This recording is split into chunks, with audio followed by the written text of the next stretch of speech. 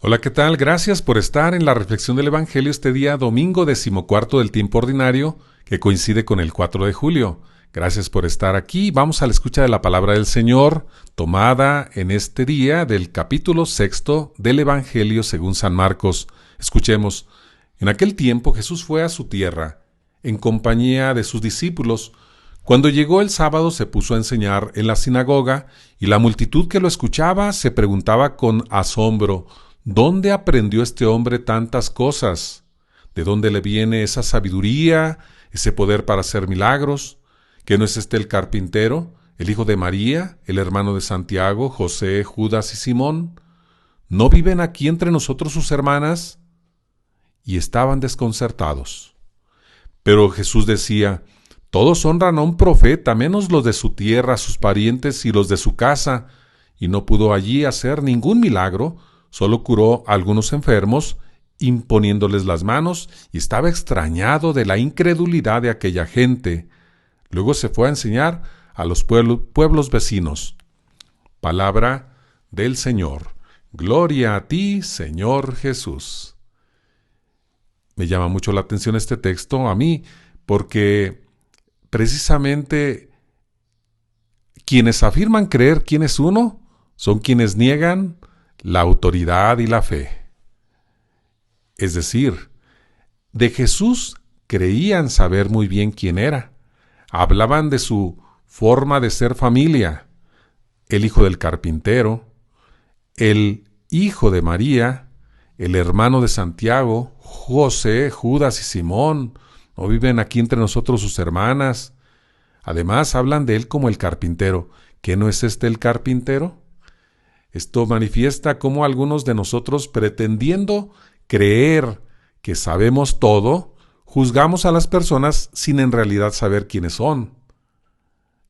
Y ellos, por eso que creían saber, no le daban la autoridad a Jesús como el Hijo de Dios, Dios como el Padre y hombre como nosotros.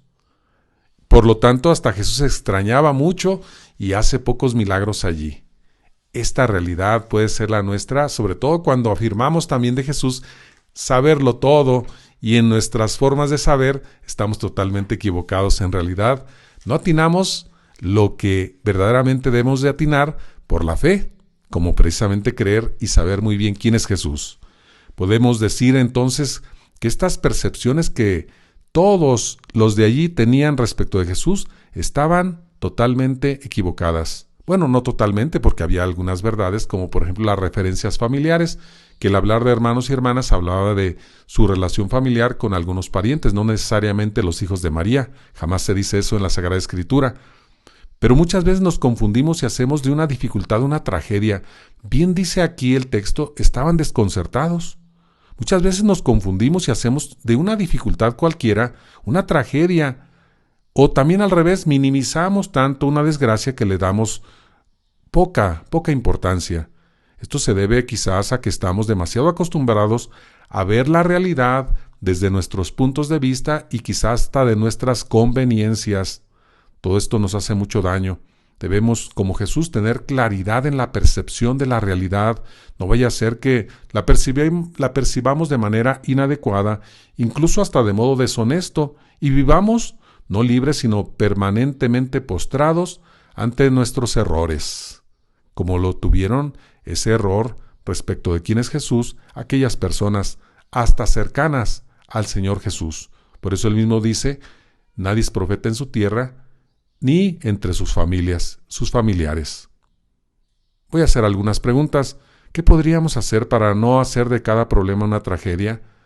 Es decir, ¿qué podemos hacer para liberarnos un tanto de nuestras posturas respecto de las personas que nos rodean y ser más libres en nuestras opiniones respecto de ellos? ¿Qué compromiso podríamos asumir para no permitir que lo que creemos nosotros respecto de alguien es definitivo? Ojalá tengamos más apertura, estemos menos condicionados por nuestros juicios, pretendiendo creer que sabemos todo de los demás y manejar la vida de forma equivocada. Que estemos bien todos. Buen día domingo.